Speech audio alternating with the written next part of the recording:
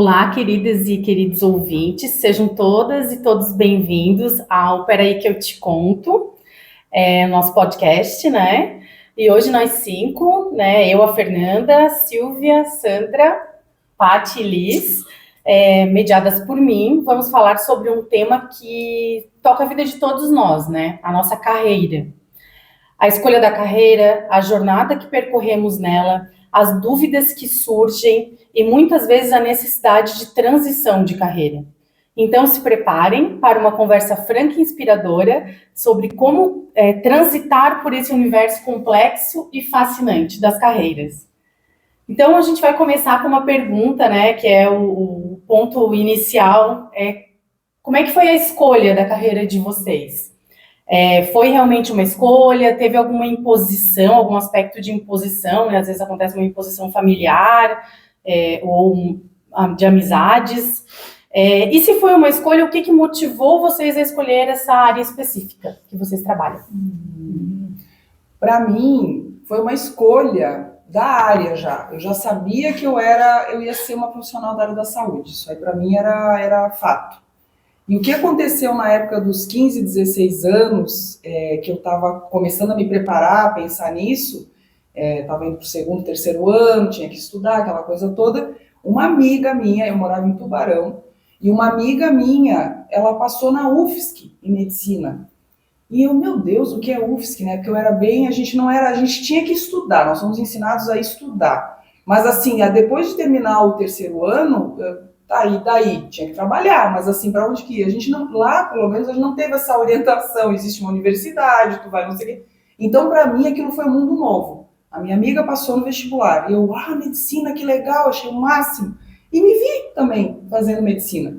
E ao longo do processo todo, teve mudança de cidade, aconteceu várias coisas, e eu não passei para o vestibular de medicina. Não passei a primeira, não passei a segunda, e comecei a ficar frustradíssima, mas eu sabia que eu queria alguma coisa na área da saúde para me sentir, enfim, vocacionada a isso, né? Ao cuidado, ao estudo, é isso. Então, nisso apareceu a fisioterapia. Então, assim, não foi uma escolha direta, mas seria, com certeza, alguma coisa na área. Ou fisio, ou psicologia, ou medicina. Eu me vejo numa das três, qualquer uma das três. E foi assim, esse foi o meu começo, né? E à medida que eu fui fazendo a fisioterapia, eu fui cada vez mais me envolvendo, porque desde o início o nosso curso na UDESC, ele é muito prático. A gente vai logo para a prática, para estágios, para projetos de extensão. Então logo eu comecei a entrar em contato com a carreira e me vi nela, fui me vendo nela sempre. Para mim foi assim. Eu considero que eu fui escolhida, eu não escolhi. Mais ou menos, assim. Eu pensava assim, eu acho muito cruel, sabe? Com 16, 17 anos, tu ter que escolher o que tu vai fazer o resto da tua vida. E acabou que comigo eu não fiz o que eu escolhi. Enfim, fiz por outros meios. Eu, a princípio, pensei em fazer direito. Vou fazer direito. Mas era quase moda, eu acho. Mas no fim, acabei fazendo moda. Moda, eu quis dizer de modinha. Todo mundo fazia direito. Fazer direito. Mas aí eu fui atrás de, né, fazer vestibular e tudo mais. E aí, lá em casa sempre, é faculdade pública, porque a gente teve estudo particular a vida inteira. E o pai dizia, a partir de agora é com vocês, tem que passar em faculdade pública. Aí eu fiz vestibular na Universidade Federal para Direito, e na Universidade Estadual eu queria fazer alguma coisa. O que tem? Administração, Aí tinha moda, e eu sempre gostei de desenhar. Eu gosto de desenhar, eu acho que eu tenho uma veia criativa, e então eu pensei, vou fazer moda. E aí acabou que na UFSC não passei, e passei para moda. E meio que caí lá dentro, assim, de paraquedas, nem sabia o que era para fazer, mas, enfim, o curso também era muito, muito experimental, porque era a segunda turma ainda da Universidade Estadual, e a gente foi um pouco cobaia, assim, mas foi um curso muito legal, muito interessante. Essa questão da criatividade foi bem elaborada, bem abordada no curso, mas nada muito prático, assim. Então foi realmente uma questão, eu fui escolhida pela moda.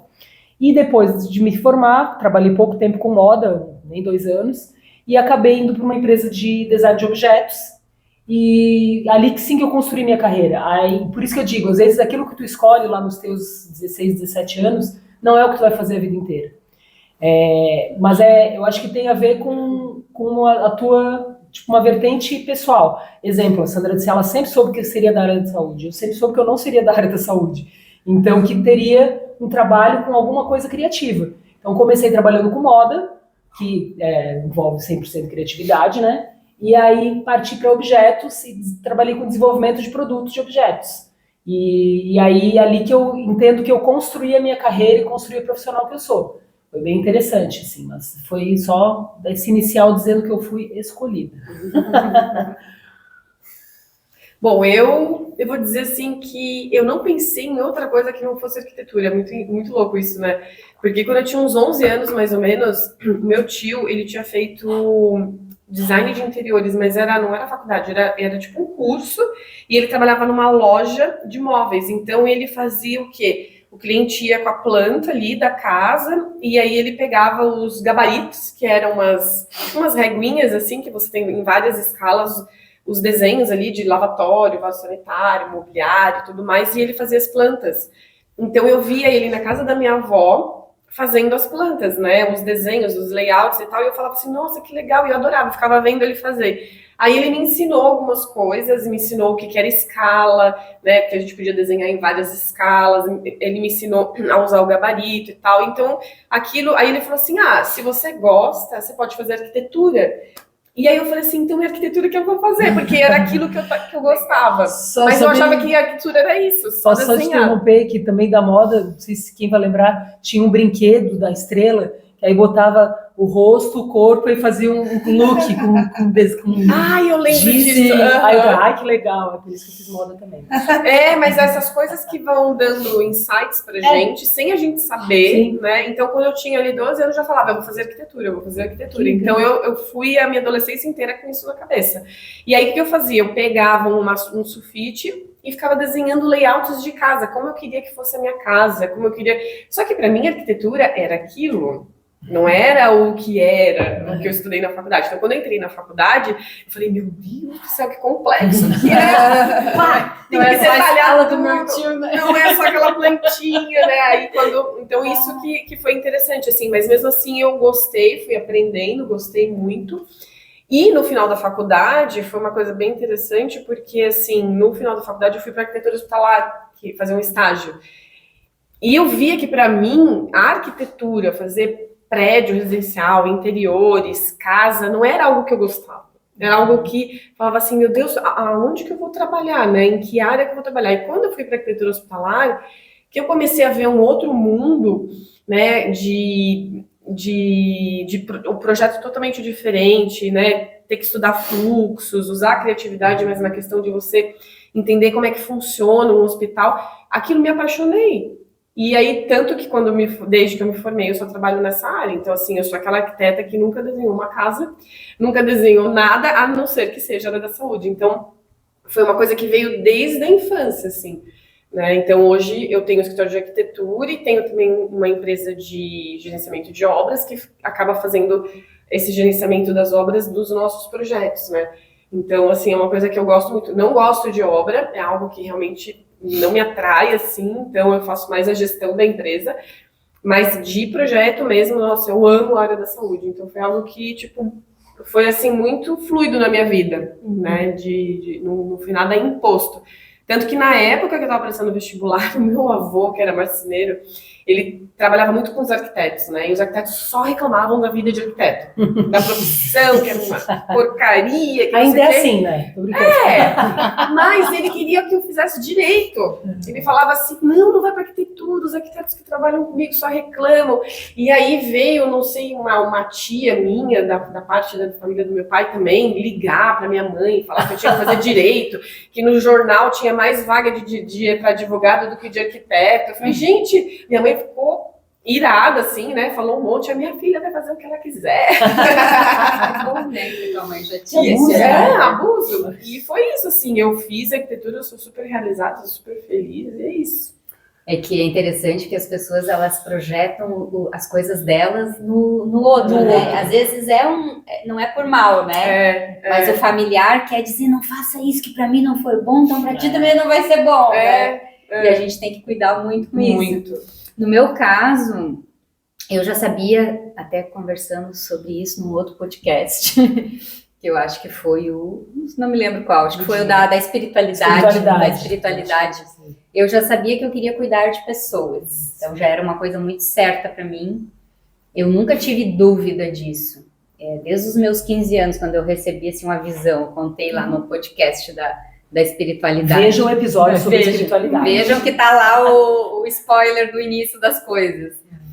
E só que é como a Silvia falou, assim, a gente é muito cru com 17 anos, né? Uhum. A minha família sempre foi uma família que deu muita ênfase ao conhecimento e ao estudo. Eu tenho pais que são muito cultos, né? Sempre deram muita importância para estudar e sempre gostaram e estudaram muito. Então, o meu irmão é uma pessoa que eu considero muito inteligente e eu também me considero, porque a gente também tem que se olhar, né? Claro. E porque a gente já teve essa trajetória familiar, assim. E só que na hora de escolher é muito difícil para um jovem de 17 anos, né? Então, mesmo você já sabendo que você quer cuidar de pessoas, ou seja, eu ia para a área da saúde. E aí, na época, na área da saúde tinha medicina, odonto, mas odonto eu sabia que não era para mim, né, nem enfermagem. E aí eu pensei em psicologia, tanto que eu prestei vestibular, só que eu prestei numa particular, e o meu pai um dia chegou e disse, olha, Zana, o negócio é o seguinte, é passar na universidade pública. E não tinha muito essa coisa, né, de a gente titubear, como hoje, assim. O pai falou, tá falado, vou dar conta e vou dar jeito, né? Sim. E eu acho que isso até é uma coisa boa, né? Não vejo como algo ruim.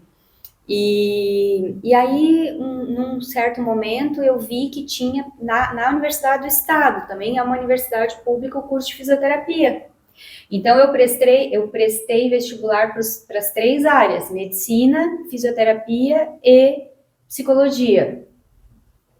E passei de primeira na fisioterapia, era um vestibular bem concorrido na época, muito concorrido. Eu entrei na turma 4, então era uma turma depois que eu fui para a turma 5, inclusive eu e a Sandra nos formamos juntas, para quem não sabe.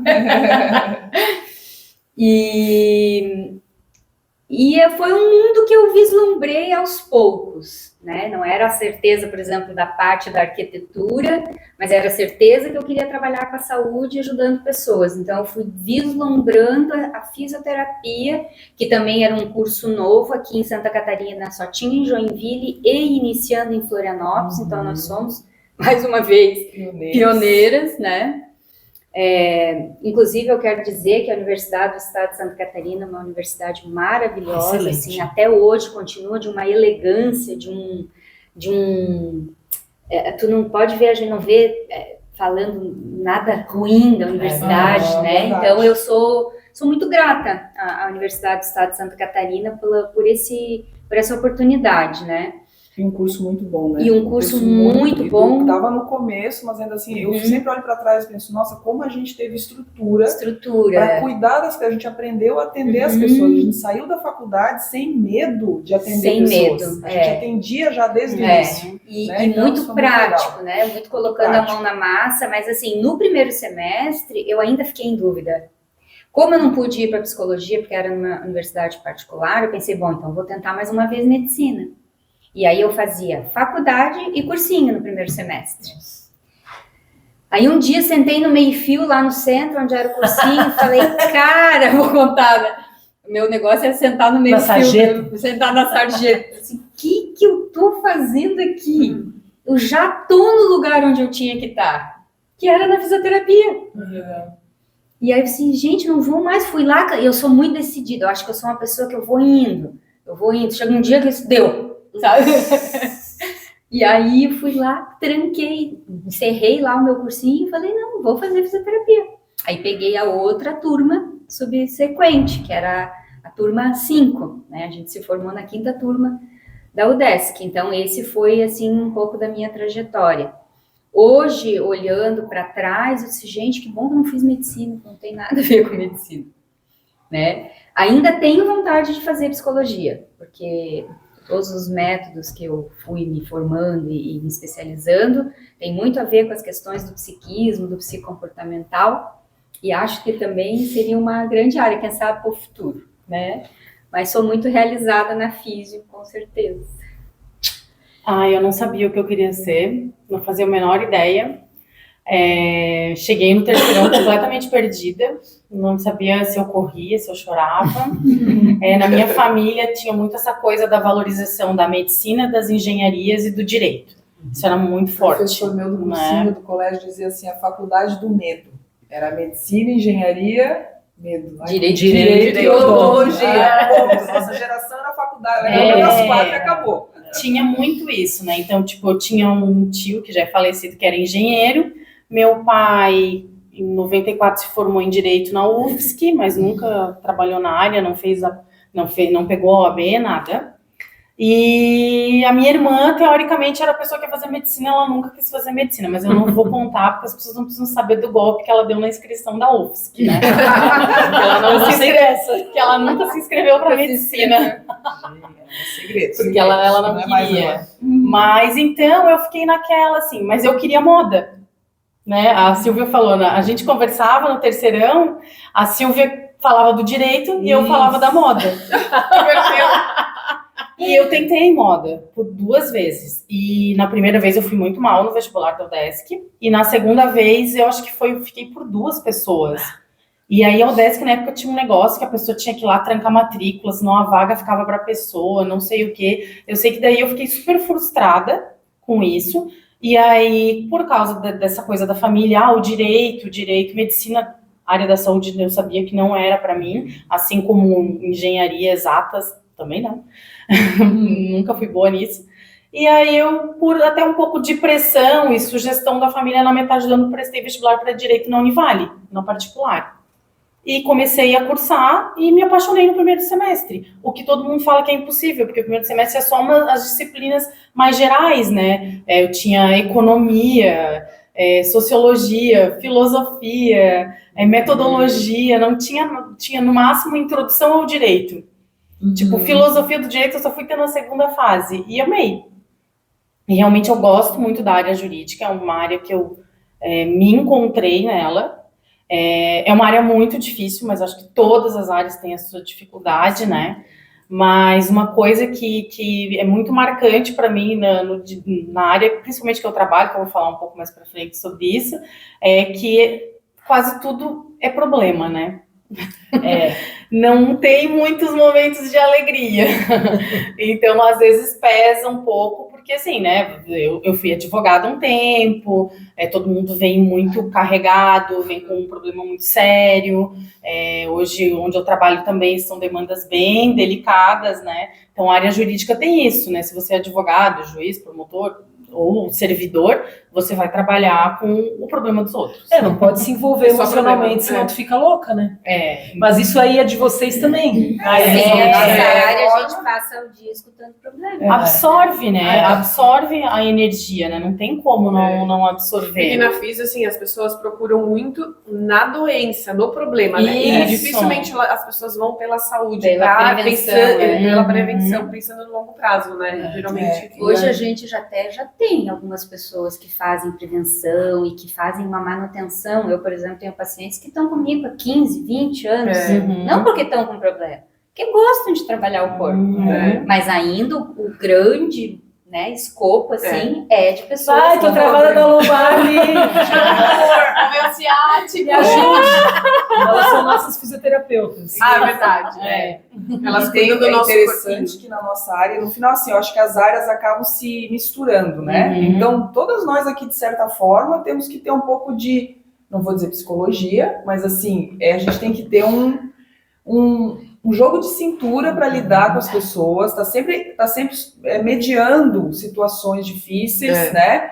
Quer dizer, fisioterapia domiciliar, por exemplo, quando a gente vai na casa do paciente, tu vê um monte de coisa ali disfuncional, que tem influência direta naquela situação. Então, a gente ali tem que, como é que se diz? A gente tem que trazer outros conhecimentos e até o nosso próprio jeito de ser para para mediar tudo aquilo que acontece. E a gente tem uma vertente, às vezes, na nossa área, muito de educação. Então, essa coisa, hoje, realmente, o que a gente faz não é só na doença. A pessoa não vem isso pra gente só ferrada. Elas vêm já para cuidar, porque já existe uma educação, um olhar para o autocuidado, mas isso é outra história, é um outro podcast, mas as profissões elas se conversam, né? Eu acho que não tem mais aquela... Sim. Quando a gente entrou, estava pensando sobre a carreira, de novo, o início de tudo, quando a gente entrou, né, era tudo muito reto ainda.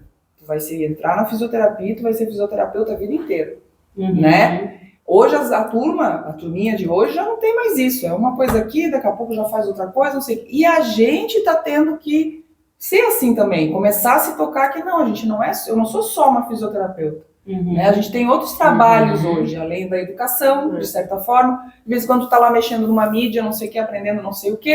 Então, resumindo, a gente é né? Multitarefas, né? Mas é isso, enfim. Então, né, já que a gente já avançou um pouco aqui na nossa conversa, eu gostaria de lançar um desafio, né, para cada uma de nós compartilhar um momento marcante da nossa jornada profissional. Não precisa ser um só, né, se quiser falar mais de um, mas então eu vou deixar aí para vocês esse desafio. Qual o momento marcante que vocês gostariam de compartilhar? A gente com aquela cara de desenterrando. Ai, gente, pois é. Acho que toda trajetória tem momentos marcantes, né? Eu não tenho nenhum momento com pessoas, né? Que, pode ser um momento interessante com pessoas. Eu trabalhei numa empresa durante 6 anos que eu trabalhava com um produto também, mas com importação. E, enfim, aí era China, né? Desenvolvimento de produto China. Aí tava eu lá, em contato com o fornecedor, né, da chinesinha, a gente falando aquele inglês, ela o dela, eu o meu, e a gente se dava jeito e tal. E os chineses, minha percepção dos alguns 3 anos, acho que eu trabalhei com os chineses, eles são muito do trabalho, tipo, 101% trabalho. Então eles não se envolvem, e já os brasileiros, eu especialmente, eu gosto de entrar na pessoa, de entender você tem família, o que você faz, o que você gosta, e comecei a me interessar pela chinesinha, nesse sentido, um interesse, né, querendo ser amiga dela. E ela começou a abrir aqui, abrir ali, a gente começou a conversar, daí daqui a pouco a gente falava de negócio e falava também da vida. Ela tinha um filhinho e tal, tem ainda a Bonnie, minha amiga Bonnie, acho que ela não vai ver esse podcast, mas vou mandar para ela. Mas chama a legenda. Fazer legendas em inglês. E aí, enfim, aí eu estava fazendo uma compra de um produto específico para a empresa que eu trabalhava com a Bonnie. E aí o dono da empresa que eu trabalhava disse, não quero mais esse produto. Aí eu, Bonnie, então, foi cancelado o pedido e tal. E ela, ai meu Deus, eu não acredito que você estava contando com isso. Eu disse assim, calma, não vai dar tudo certo. Eu vou pegar esse pedido de volta pra gente. E aí voltou e não sei o que, e eu infernizando o dono da empresa, vamos, porque o produto é bom, porque não sei o que, e de fato é um produto bom. Durante muitos anos vendeu na rede que eu trabalhei, né, uma rede de lojas, e vendia muito bem, e foi e tal.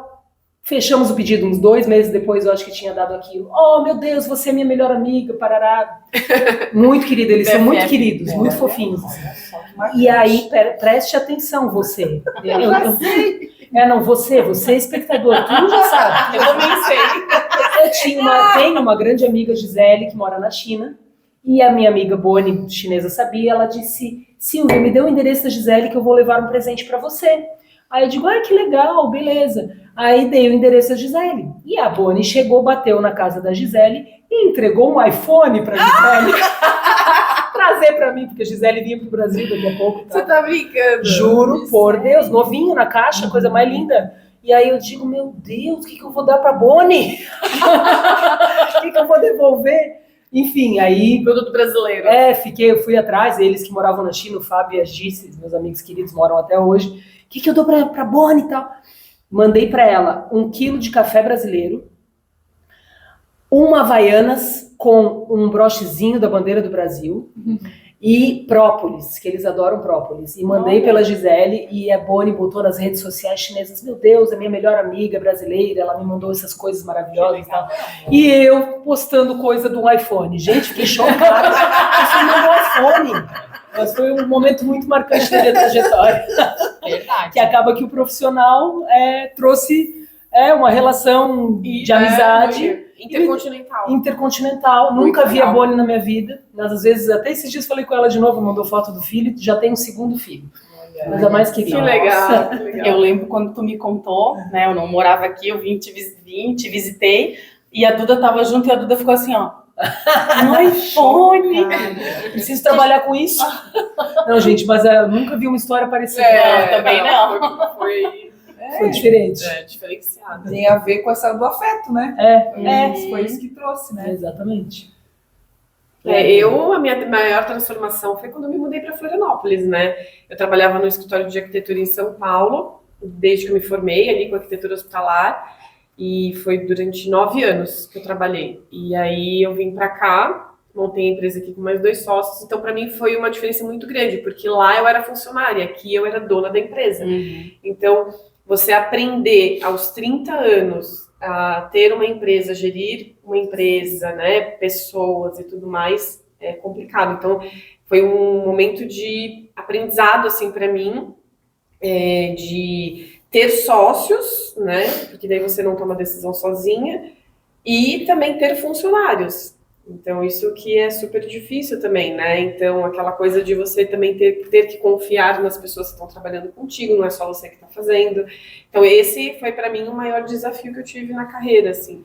E a maior transformação, né? E tem até hoje, porque até hoje eu ainda tenho essa dificuldade. Eu aprendi muito a delegar, e isso foi muito legal, porque durante esses 16 anos que eu tô aqui em Florianópolis, eu fui trabalhando isso em mim, porque eu sou uma pessoa muito controladora e acabo... Tanto que eu nunca gostei de fazer trabalho em grupo. Na faculdade eu detestava. Na faculdade e na escola. Por quê? Porque eu ficava assim, porque a pessoa não vai fazer direito, ou eu tinha um sempre folgado que não fazia, e aí eu queria fazer tudo, e eu queria sair isso perfeito, virginiana, Era do meu jeito. Do meu jeito. Controladora, então isso pra mim foi mais difícil.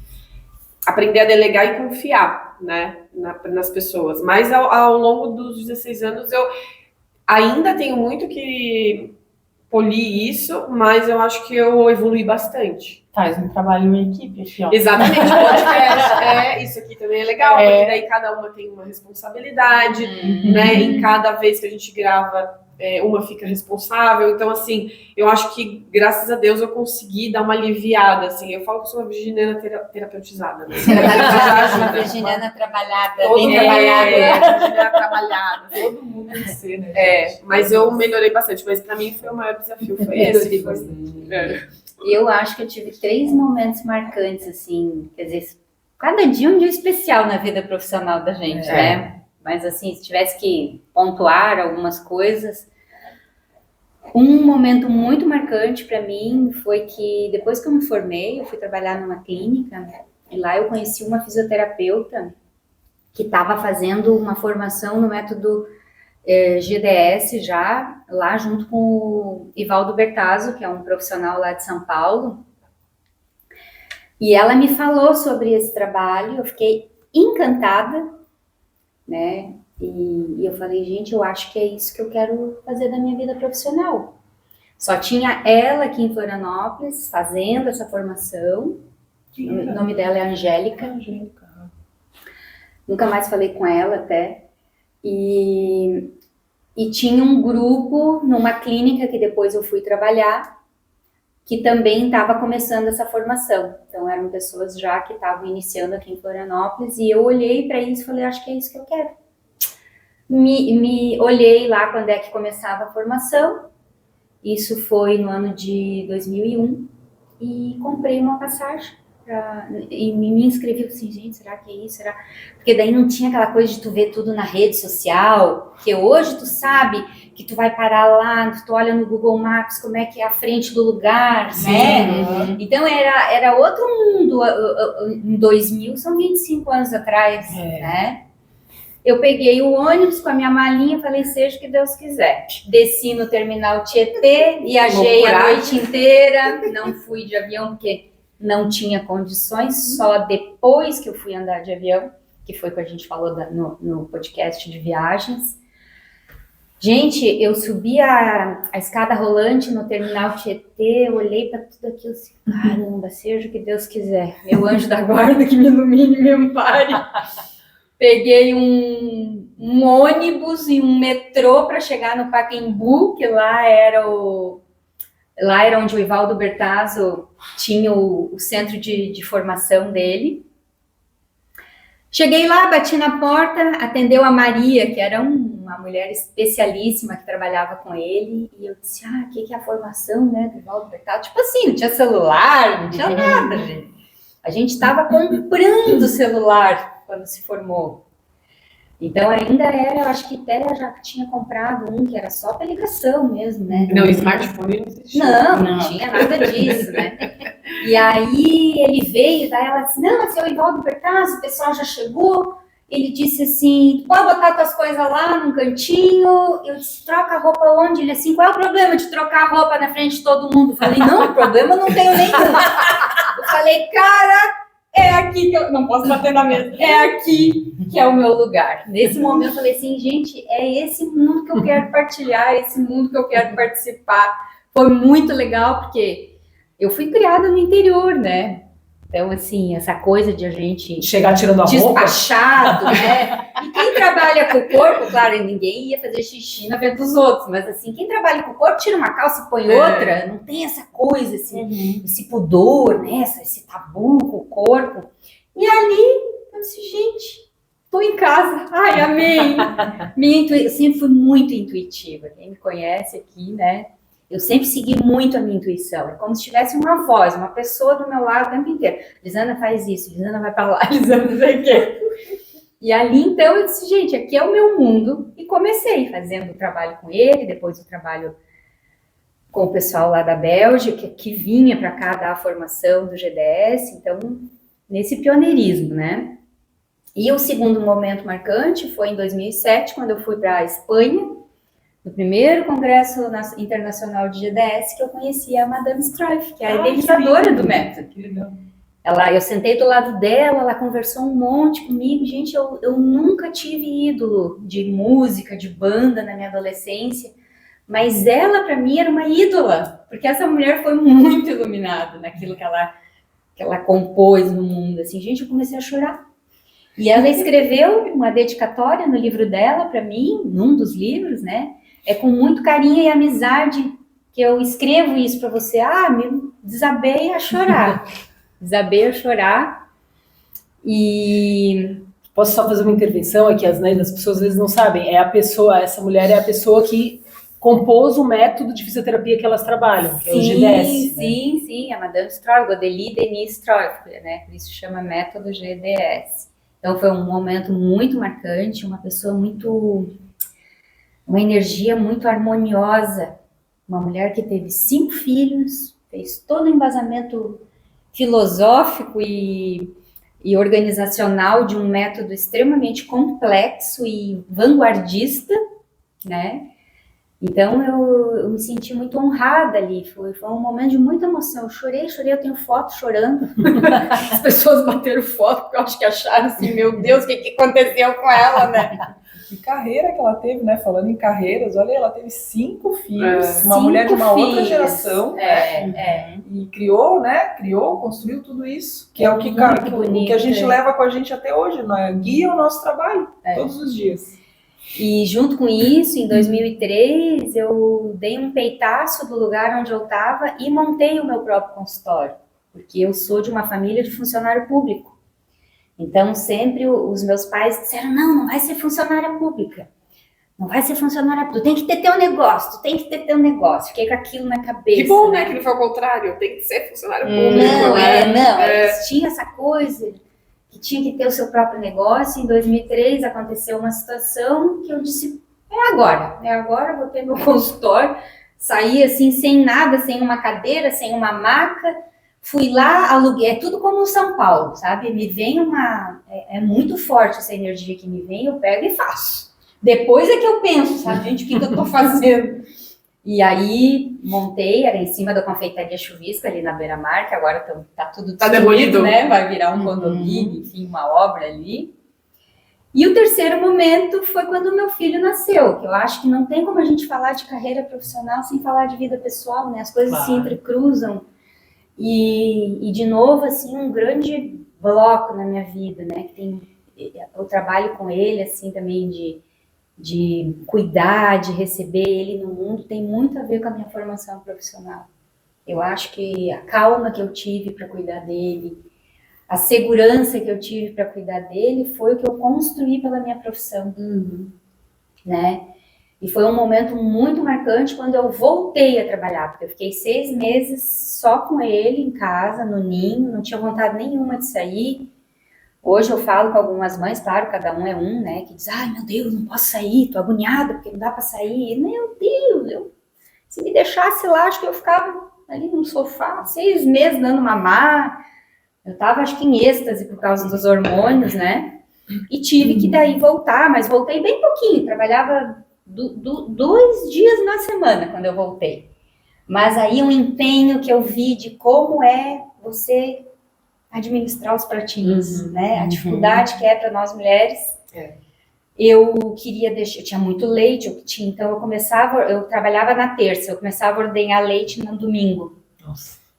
Tirar na maquininha para encher as mamadeirinhas para quem ficasse, no caso era minha mãe que ficava com ele, pudesse dar o meu leite para ele. Então, assim, todo um trabalho, minha cabeça já não estava só lá nas pessoas que eu ia atender, né? A preocupação também de sair de casa, deixar um bebê, quem é mãe vai saber disso. Então, foram 3 momentos muito marcantes na minha carreira. Muito bem. Muitos momentos. Nem sempre vou dizer. O que me marcou muito, que eu lembro, foi um primeiro atendimento. Tem 2 atendimentos, mas na época de estágios ainda da fisioterapia, um atendimento no hospital infantil. E eu nem gosto de atender criança, porque eu sofro muito com essas coisas muito difíceis, né, que acontecem nos hospitais, de maneira geral, né? Então, mas eu tinha que passar por aquilo. E a gente teve uma experiência que até tu estava comigo, né, amiga? Aquela que a gente tem a foto? Isso, uma menininha, coisa mais amada que tinha sido, eu esqueci o nome dela agora.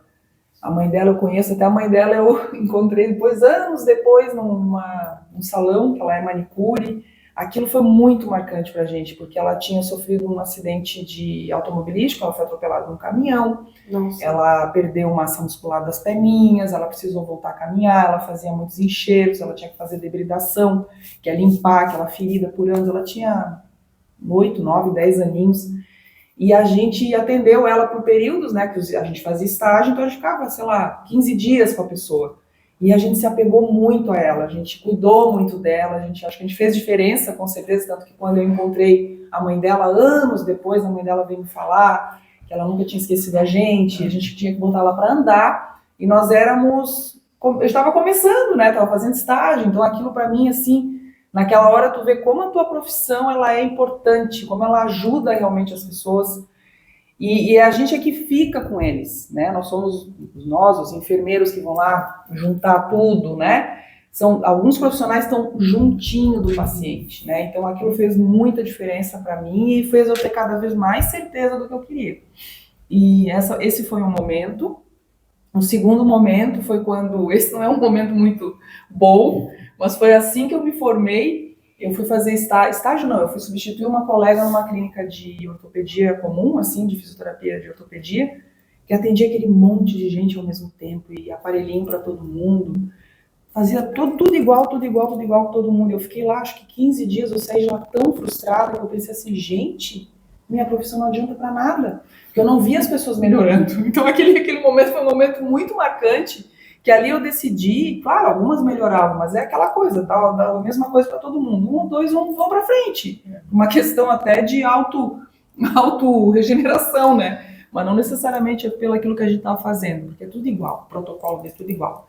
E aquilo não fazia nenhum sentido para mim. Então ali também para mim foi marcante, porque não é isso que eu quero fazer. Então sempre que assim que eu comecei a trabalhar, eu me dei conta, eu vou atender uma pessoa por vez. Cada indivíduo é um indivíduo, eu vou ter que descobrir uma forma de atender dessa forma, né? E aí comecei a estudar, fui fazer pós-graduação na área de ortopedia, fui fazer as minhas formações e fiz os métodos, trabalhei com vários métodos, comecei com o método Mackenzie, que abriu muitas portas, porque aí eu vi as pessoas melhorando, porque a gente botou movimento na vida das pessoas, literalmente. E depois veio o GDS, que é realmente o que me guia. E a outra, e vou dizer que seria uma terceira fase marcante, foi quando eu resolvi assumir e ter o meu consultório, ter o meu lugar. Porque antes eu tive CNPJ, não valeu nada a pena para mim. Desfiz isso e fui ficar sozinha. Sozinha, entre aspas, né? Porque a Liz, no processo vou dar de mamar, né? do puerpério, a Liz ela trabalhava junto comigo, ela vinha nesses dois, né? A gente cedia a sala, a gente fez uma parceria, então a Liz, desde daquela época, começamos a ficar mais juntas. E me ajudou muito, porque ela que escolheu a minha primeira sala. Eu digo, gente, que eu tenho eu tinha visto 4 ou 5 salas para alugar e não gostava de nenhuma. E não sentido uma maior que a razão. Uma grande dúvida. Daí um dia a gente entrou na sala, eles queriam vir comigo de qualquer jeito. Não, deixa eu ir contigo, eu vou te ajudar. Tá, vamos. Entramos numa sala lá, ela olhou, Sandra, é essa aqui. E a Sandra, Veio uma luz. Tá bom, essa aqui. Aí foi a primeira sala. Então esse foi um momento muito marcante, tu tem que assumir tudo, né? E para quem é autônomo, sabe que não trabalha, não ganha, não pensa no futuro, não tem futuro, não, né? A gente tem que fazer tudo, né, pela gente. Então esses foram os momentos marcantes e eu sou muito grata também a tudo isso que eu caminhei, porque o que a gente fez na profissão, eu acho que para todas as profissões, quem aproveita, né, os aprendizados, tu cresce, tu vai crescendo, tu vai se descobrindo, vai sabendo quem tu é, e isso que eu digo hoje. Hoje, eu acho que a Fê vai fazer essa pergunta, mas a gente está numa fase em que muita coisa já aconteceu, nós já temos muita coisa para olhar para trás. Então a gente já sabe, assim, o que eu não quero mais, né? O que eu quero mudar, o que eu quero transformar? Será que eu vou ser fisioterapeuta a vida toda? Será que eu vou fazer mais alguma coisa?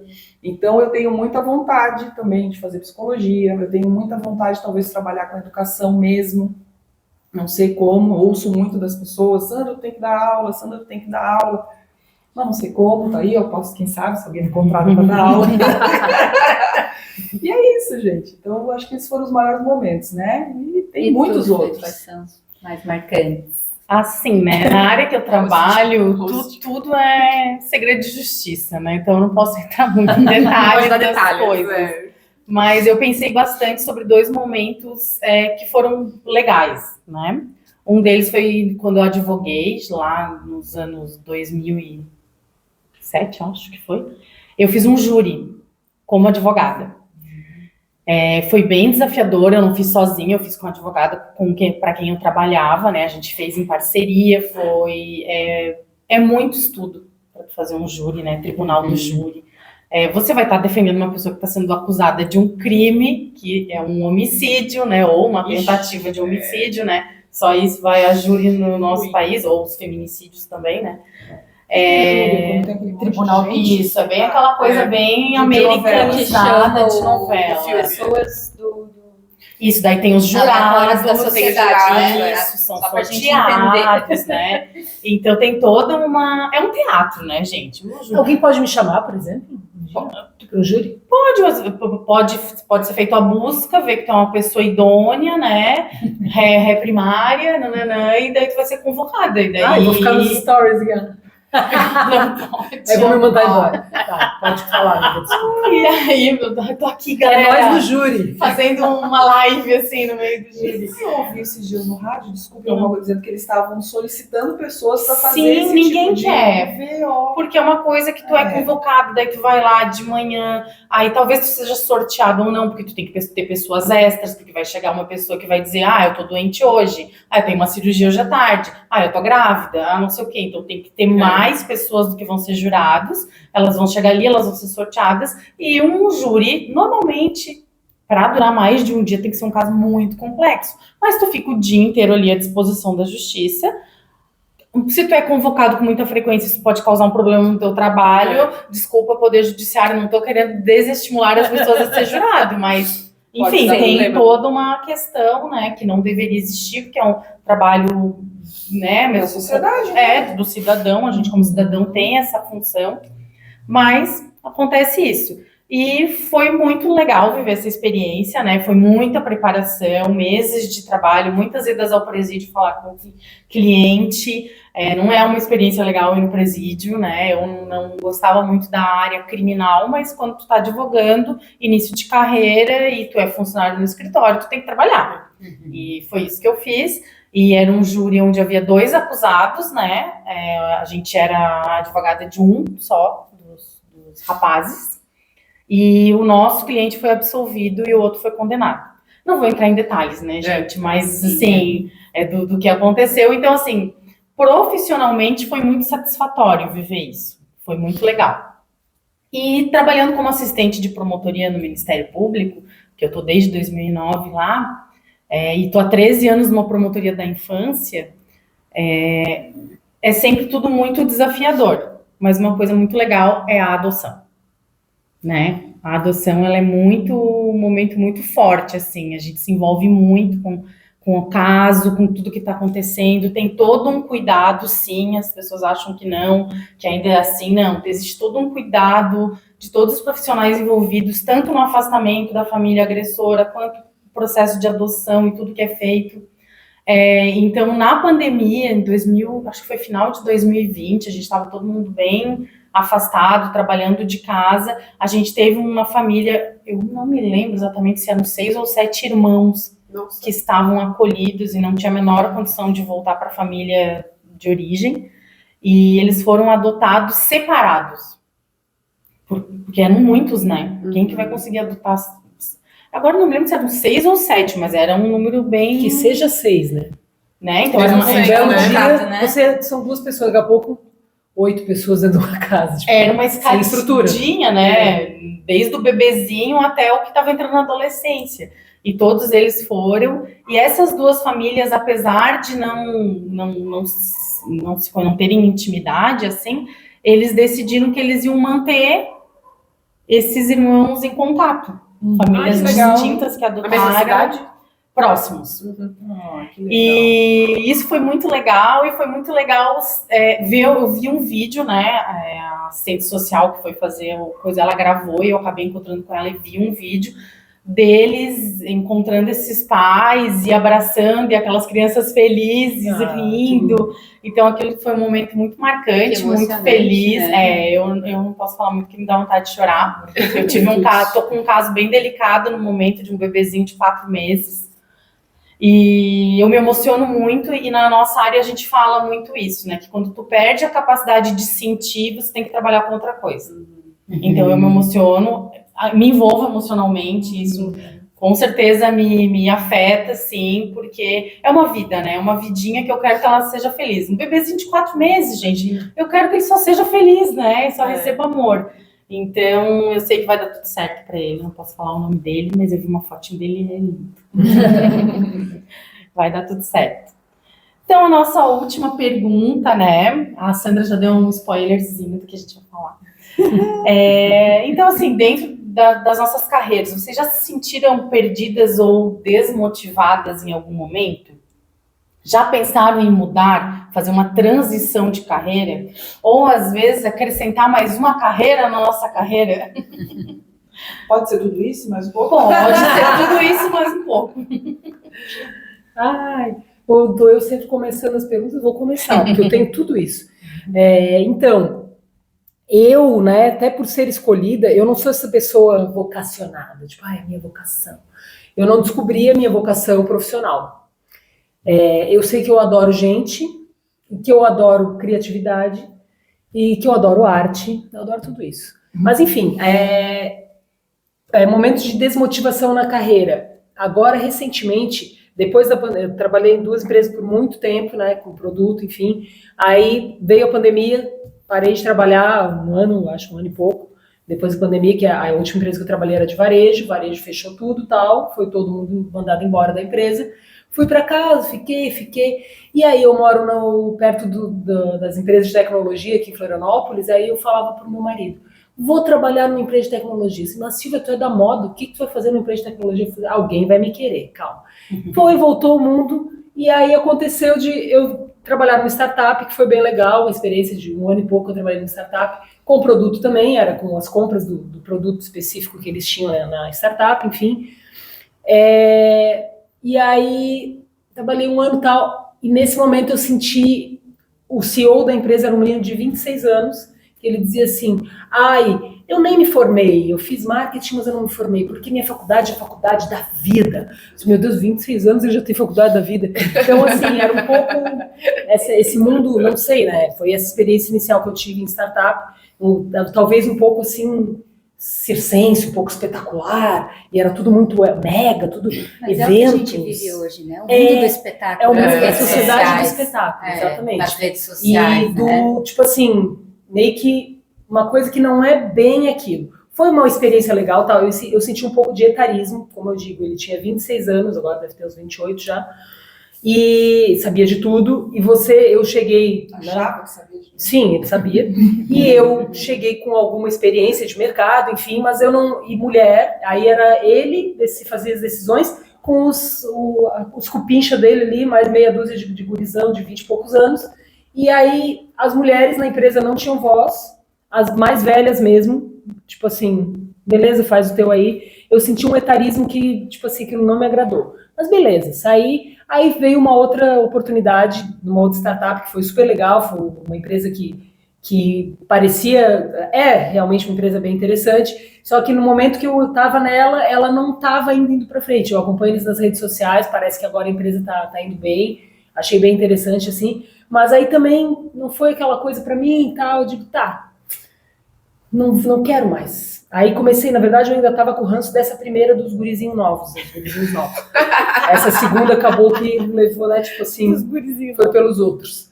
E aí eu digo assim, tá, não quero mais trabalhar para os outros. Eu tô com 45 anos, ficar aqui trabalhando para os outros. Trabalho o dia inteiro aqui. Aí esses guri pequenos falar bobajada da gente, assim, claro, a gente tem que ser humilde, entender, claro, tinha muita coisa boa também que eles traziam e tal. Mas aí eu pensei, cara, não quero mais ficar aqui dando o meu melhor para os outros ganharem dinheiro, porque desculpa gente, quando tu é funcionário, é raro uma empresa que realmente valoriza o funcionário, a empresa da parte acho que valoriza. E é muito difícil você se sentir muito valorizado dentro de alguma empresa, mas enfim, isso foi a experiência que eu tive, né? Aí larguei tudo, o que eu fui fazer? Hoje considero que eu estou numa transição de carreira. No que vai dar, não sei. Mas eu estou muito... A história da intuição ali da Liz, eu segui o meu coração. Sempre quis fazer um mestrado, estou fazendo um mestrado da parte de turismo e hotelaria. E, desculpa, estou batendo na mesa. E aí, eu adoro, né? A mãozinha vai sempre. E aí, eu pretendo redirecionar minha carreira, agora depois que eu terminar, daqui um ano mais ou menos, eu devo finalizar esse mestrado. E o mestrado, tantos anos trabalhando em empresa, tal, fazendo aquilo que eu fazia, só aquilo ali, às vezes tu dava uma ampliada, mas aí quando eu fui pro mestrado eu enxerguei assim, parece que o mundo fez assim, meio que deu uma ampliada assim, porque você bota a tua cabeça de novo para olhar o novo, para raciocinar, para fazer novas conexões, isso foi muito legal, assim, então nesse momento eu tô vivendo uma transição de carreira. Acho que falei demais. Próxima. Olha, eu vou te dizer assim, eu tenho vontade, porque eu falo, a gente tem energia, né, ainda para tocar o fôlego e tudo mais, a rotina que a gente tem. Eu tenho uma rotina muito, assim, pesada, né, então você tá ali atendendo, você tem que atender o cliente, você tem que atender os seus funcionários, né, a tua equipe ali, né, de projeto, aí você tem os sócios, e aí eu tenho a outra empresa que faz obra. Então chega uma hora que você fala, tem a minha vida pessoal, né, minha casa, o marido, não tem filhos, então isso já ajuda também. Não que eu seja ruim, né, mas realmente, o tempo fica muito escasso, assim, então, né, aí estuda, faz pós-graduação, aí faz inglês, aí, cara, então tem uma série de coisas que eu tô querendo fazer, voltar às minhas artes, que eu não consigo, porque não tenho mais tempo. Chega no final de semana, eu já sou engolida. Agora está no podcast. E tem o podcast também, que eu acho que isso é uma coisa muito bacana, porque pra mim foi um fôlego. Entendeu? Foi uma novidade na minha vida, foi uma coisa diferente. Aprender a editar vídeo, né? A saber como fazer a capa do Instagram para ficar bem bonitinha no feed, né? Então, assim, aí você vai vendo, né? Então, você começa a estudar um monte de coisa que você sai da tua rotina, cara, aquilo te dá um ânimo que você fala, meu Deus, eu adoro. Você ficar 3 horas fazendo coisa do podcast, tentando descobrir como fazer, para mim é muito gostoso. Agora, se eu tiver que tentar resolver talvez um problema do escritório no final de semana, eu vou odiar. É a novidade, né? A novidade. Então, assim, eu acho que a gente precisa, dentro da nossa rotina, assim, do nosso trabalho, trazer coisas novas. Mas uma coisa que eu penso muito, assim, por exemplo, eu não penso em aposentar. Eu não me vejo aposentada. porque eu preciso ser útil, preciso ser útil para as pessoas. Então, o que eu penso, assim, eu tô com 46 anos, vou fazer 47, o que eu penso pro meu futuro, né? Eu tenho um tempo com essa energia que eu tenho hoje e que eu vou me dedicar bastante, mas eu quero pensar, não numa transição de carreira, mas em algo que eu possa diminuir o ritmo, né? Que eu possa viajar mais, porque hoje, por exemplo, eu viajo uma vez por ano, e olhe lá. Então, assim, eu não consigo viajar 3 vezes no ano, 2 vezes no ano, embora eu seja dona do meu negócio, o meu negócio depende muito de mim também, né? Eu tenho, eu tenho na parede, assim, do lado da minha mesa, todos os projetos que dependem exclusivamente de mim, os que podem ser tocados pela minha equipe. Então, tem coisas ali que só eu faço. Então, imagina eu chegar e falar para o meu sócio, olha, eu vou ficar um mês na Europa. Não dá, a não ser que eu tenha que trabalhar online, né? Mas não tem como fazer isso, né? Fiz o intercâmbio em Malta 3 semanas, foi o máximo que eu consegui ficar fora do escritório, né? Então, assim, então eu quero trabalhar isso na minha vida, de que eu possa organizar, né? Ter pessoas que fiquem na empresa, por exemplo, né? Funcionários que a gente valorize e fiquem na empresa para tocar isso para você, porque a gente envelhece, né? Sim, a energia, capacidade cognitiva, tem uma série de coisas, né, que a gente sabe que isso vai tendo um declínio, né, a longo prazo, mas você não vai ter a mesma energia que você tem agora. Então eu penso nisso, e penso muito em lecionar, não em faculdade, porque eu tenho a mínima paciência com adolescente e pessoas novas, mas eu penso assim em pós-graduação, fazer cursos online, coisas assim que eu possa passar o meu conhecimento, porque eu gosto de passar o meu conhecimento. Muitas pessoas falam, Tati, você é ótima professora, você deveria dar aula, você fala muito bem, não sei o quê, tem uma cadência boa, tem muito conhecimento, então eu quero me programar para isso. Para reduzir um pouco de arquitetura e dar aulas, por exemplo, né, sei lá, é uma possibilidade, mas sempre uma coisa que seja gostosa, não quero sofrer. Então, universidade, assim, no sentido de faculdade, de jeito nenhum que eu vou ser funcionária, não quero. Não quero. Então, é isso, é ir para essa linha, assim, né, da gente poder ter mais tempo, mas ao mesmo tempo ser produtiva, trabalhar. Ser útil, assim. Ser útil, por exemplo, eu tenho a imagem do meu avô com 92 anos, ainda ele parou de trabalhar com 92 anos. Nossa. A marcenaria dele, marcenaria, hein? Imagina que... O meu pai tem 73 anos, ele trabalha ainda. Né? Então, tipo, eu acho isso muito legal, assim, ele é uma pessoa produtiva, então você vê que isso para a saúde mental é fundamental, saúde física e mental, né? Então eu quero ser produtiva até a hora que chegar e falar assim, não, realmente agora não vai dar mais, mas espero que seja até os 90. Depois dos 90, né? Exatamente. Muito bom. Eu acho que a minha família funciona muito assim também, as pessoas são produtivas até a morte, assim, bem nessa linha da parte. Então eu também quero ser produtiva, mas eu não penso em ficar até os meus 70, 80 anos, que se fosse atendendo pessoas como eu atendo hoje. Não tenho nem, acho que eu não vou ter nem condição física. Mas que é manual, né? A gente tem muito mão, muito toque, né? Eu, atualmente, o meu público é muito criança, adolescente também, então eu pretendo até focar um pouco mais nisso. E vou muito pelo caminho da parte, assim, a gente tem muito conhecimento para transmitir, né, para o mundo, a gente pode deixar muita coisa boa para o mundo, né, então não precisa mais ficar carregando o piano nas costas o tempo inteiro. Acho que ensinar os outros a carregar o piano. Né, que é uma maneira melhor de carregar o piano, eu acho que é por aí também, eu me vejo assim. Então, eu estou sempre puxando os podcasts anteriores para ver como uma coisa linka na outra, né? Do dinheiro. Então, hoje lá na minha organização familiar, a gente tem feito um projeto de aposentadoria, né? Porque, infelizmente ou felizmente, o dinheiro é que manda quando é que a gente vai ter que parar de trabalhar. Você vai conseguir reduzir a tua carga ou fazer outra coisa se você tiver esse dinheiro da aposentadoria. Então, que as pessoas entendem errado, que não é uma aposentadoria para não fazer nada. Para ficar parado, né? Exato, é uma aposentadoria para te dar uma segurança, pagar teu custo fixo e você poder trabalhar em outras coisas. Sim, Até coisas que te dão mais prazer, né? Exato. Realizações, sonhos e utilidade, o que mais eu posso fazer, como eu posso servir, Exato. né? Sim. A sociedade até. Então, já caminhando um pouco para esse pensamento, né, de como que eu posso me organizar financeiramente, como que eu posso me organizar em termos de outras coisas que a gente pode fazer, né, então eu acho que eu gosto muito de escrever, agora estou terminando o meu espaço lá em casa, porque eu me toquei que na minha casa eu era a única que não tinha um espaço próprio de estudo.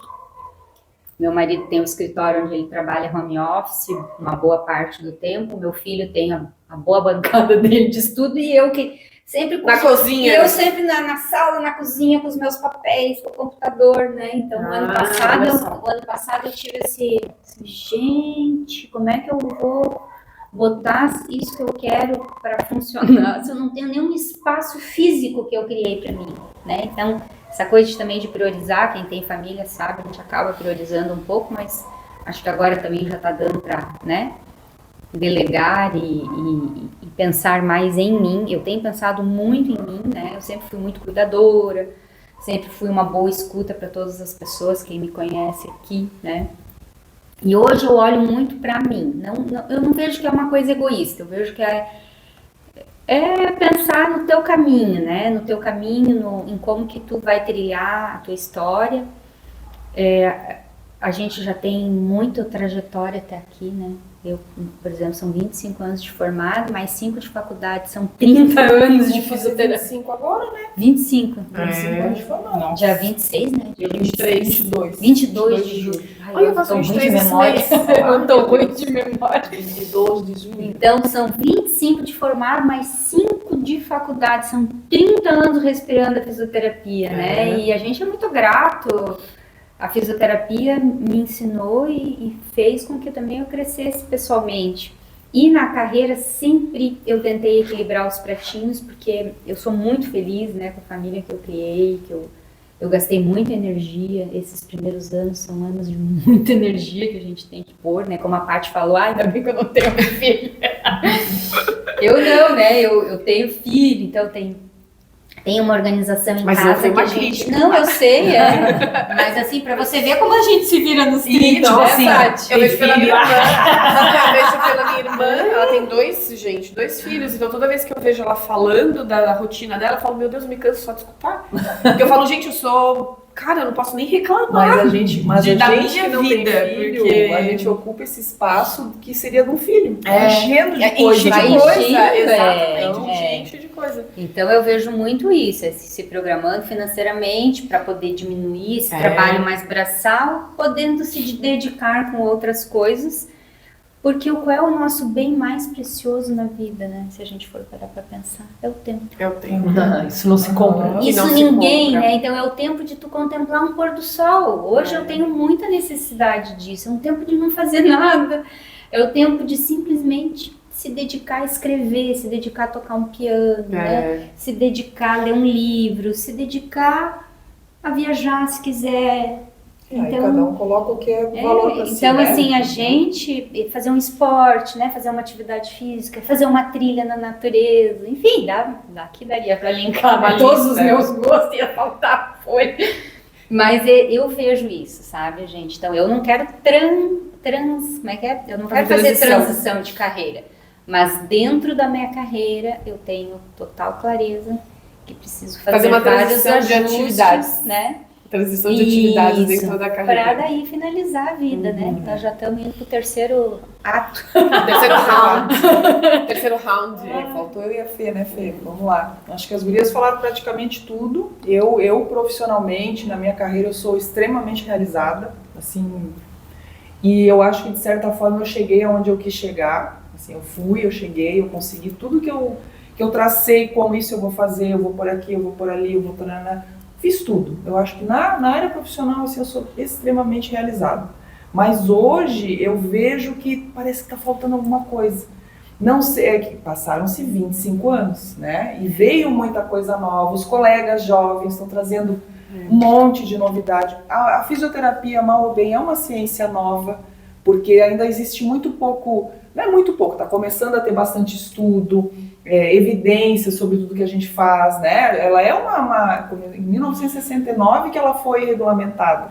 Então, ela é uma profissão recente, nova, né? Então, e a gente tá vindo junto, somos as primeiras, assim, quase que quinta turma aqui em Florianópolis, em Santa Catarina. Então, eu tô sentindo uma necessidade de me renovar. E para isso, precisa sair do comodismo, né? E ao mesmo tempo tá me faltando um pouco para onde?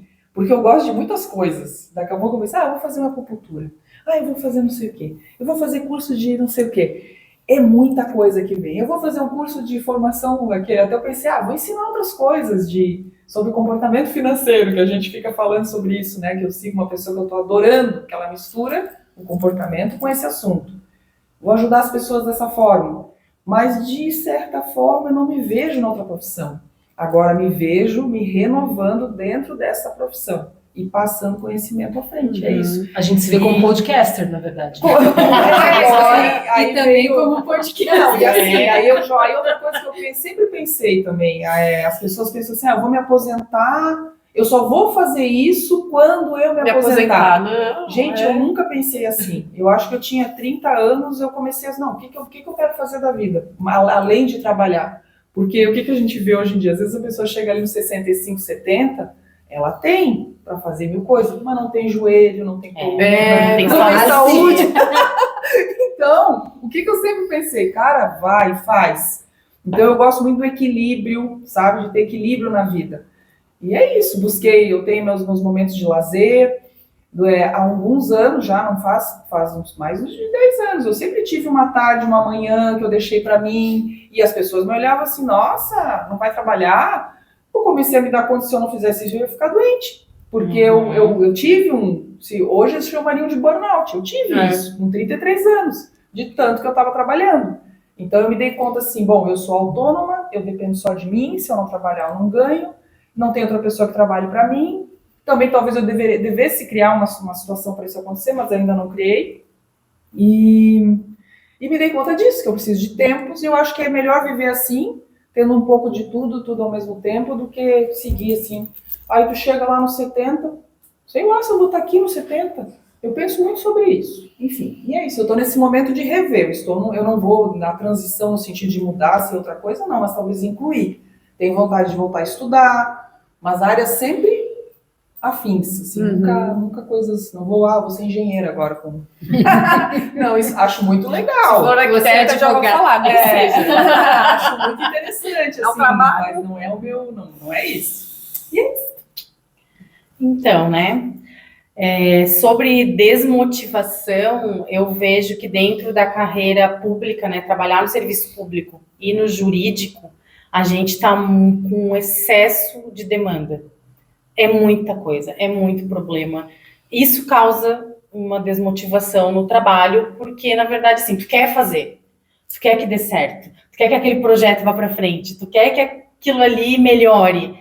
E a gente depende de governo, a gente depende de lei, a gente depende de política pública, que nem sempre funciona, que não funciona. Então, isso tudo vai atravancando o nosso trabalho, e tu vai nadando, e tu não chega na praia nunca. Então, isso já teve um momento, sim, na minha vida, nesses anos que eu estou trabalhando dentro do Ministério Público, que me desmotivou. Tipo, ai, meu Deus do céu, não adianta, é todo dia a mesma coisa, o mesmo problema, e nada vai para frente. Mas eu tinha em mente que quando a minha filha chegasse numa certa idade, que ela já tivesse mais independente, o que eu queria fazer? Eu queria sair da caixinha jurídica. Eu queria fazer cursos de coisas diferentes, um pouco vinculados à área, claro, né? Mas que não fosse assim, direito administrativo, direito penal, direito... Queria sair disso. E eu me encontrei, eu já falei em outros episódios também, né? Bem legal. Na justiça restaurativa, nos círculos de paz. Eu participo de 2 projetos muito legais, que é a Escola Restaurativa, que é do Ministério Público, que também vai ter um momento que eu vou falar disso mais para frente, em outro episódio, em outra história. Então, fiz vários cursos, isso abriu a minha mente, abriu o leque de opções, e inclusive ajudou no meu trabalho de todo dia, a ter mais gás, a ver, olhar aquele problema com outro olhar e dizer, tá, tudo bem, não deu para resolver tudo, mas a gente resolveu 1%. já está 1% melhor, sabe? E são projetos que tratam de assuntos delicados, né, da área, mas que são muito interessantes. Estudar isso é muito bom, me tirou daquela coisa quadrada da justiça convencional. Então, não é uma transição de carreira, eu não imagino que isso vai acontecer, eu provavelmente vou me aposentar dentro da área jurídica, não pretendo parar de trabalhar no momento que eu me aposentar para ter aquele dinheiro fixo para pagar minhas contas, eu quero voltar a advogar, que é uma coisa que eu fiz por pouco tempo, né, por uma questão de necessidade financeira, eu tive que sair da advocacia, mas que eu gostei muito de advogar, apesar de ser bem desafiador. Qual a tua área? Eu trabalhei muito na área de família. Família. Mas, voltando a advogar, provavelmente vou pegar a área de família, mas pretendo diversificar em outras coisas aí que eu tô pensando. Bom saber, gente, ó. Advogada aí. Vai pra tributária. Ai, deve ser chato. Vou ter que fazer vou ter que estudar. Vou voltar a estudar para essa parte. Tributário é complicadinho. Mas, então, e pretendo me dedicar cada vez mais aos projetos, né? Porque hoje eu tenho tempo de fazer curso, eu tenho tempo de ir pro projeto, né? Eu não tenho mais uma criança dependendo de mim, né? Hoje já é uma jovem adulta, né? Que trabalha, já está formada. Então, hoje eu consigo me dedicar a isso, me traz muita satisfação e muita alegria. Então, não é uma transição de carreira plenamente, mas eu vejo que eu sou uma profissional bem diferente do que eu era há 10 anos atrás, ou há 7 anos atrás, não preciso nem ir tão longe. 2019, que seja muito diferente. Então é isso, né, gente? Esse foi o nosso episódio sobre carreiras. Muito obrigada, né, meninas, por tudo que vocês compartilharam. E sigam a gente no Instagram, no nosso YouTube, no nosso Spotify. Curtam, compartilhem, manda para todo mundo, porque o nosso podcast é muito legal. Comenta também. Comentem. Dá o joinha, comenta. Dá o joinha. Peçam assuntos, né? A gente isso. Querendo novas sugestões. Isso aí. E se tiver também passando por algum momento de transição ou alguma coisa na carreira, também comenta ali. Compartilha com a gente. Compartilha conosco. Então é isso, gente. Obrigada. Beijo. Beijo. Tchau, tchau.